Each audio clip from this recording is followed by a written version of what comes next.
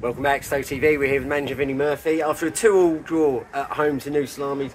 Vinny, you weren't over the moon just there. What do you think of today? No, not at all. Not pleased with, regardless of 10 men, 11 men, just wasn't pleased with the attitude and the performance. I say as a collective, it was more so for an hour. And I tell them boys all the time, at this level you can't afford 5 minutes to liven up, let alone take a whole half to liven up. And that's what it did to us today. We've gone down to 10, we've played best part of 70 minutes with 10 men. But that's still not an excuse. I told them lot as well, I was very confident that we'd still come out second half and go and get some. That's not a surprise to me, that result. I'm more disappointed that we still didn't nick a win. That point there, I'm disappointed with that. It did not come as a shock that we've picked up a point there.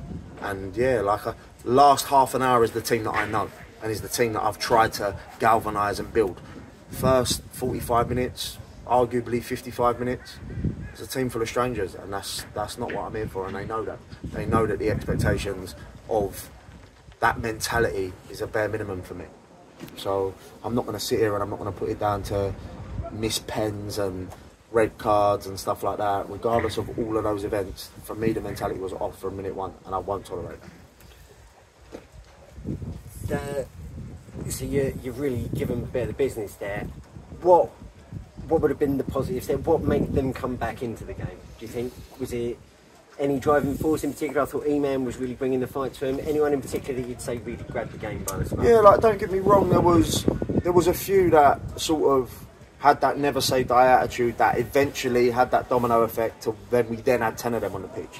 But like I said to you, from the beginning, we can't have one. I don't expect 1, 2 or 3 of them. It's a minimum of 10 of them every week. We can afford to carry one that's having an off day, but 10 of them have got to be on that. And then from minute one, Kai Davis was superb. Brian Moses has worked his socks off. E-Man was superb. Luke Foster superb. And that's just on, I'm not even talking about quality and football-wise, that's just on attitude alone. And like I said, that's 4 or 5 that I've named, but I require 10 as a bare minimum. And it's evident when that doesn't happen, we go and get results like that. No disrespect to them, but that's not good enough for me. Like you said there, the standard we're setting, we expect to win games like this at home, especially. Someone that I've noticed especially seems to be thriving under is Bilal. He got 2 last week. He's missed a pen today, but he's a real sort of dynamic player. He goes and makes things happen. He's got a lot of quality. What kind of luxury is that to get to the manager? Oh, what a player! Like it's a manager's dream. People travel far and wide for players like that. What I got told is when I first come in is that he does the attacking side of the game very well and won't really offer you nothing elsewhere. And from what I've seen, Bilal works his socks off both ways. And all we're getting there now. He's nicked one against Brighton Sea. Obviously, he's missed a pen today. He's had a few half chances today. It's a matter of time before that boy is hitting 1s and 2s every game, because he's more than capable and he can play anywhere across the front.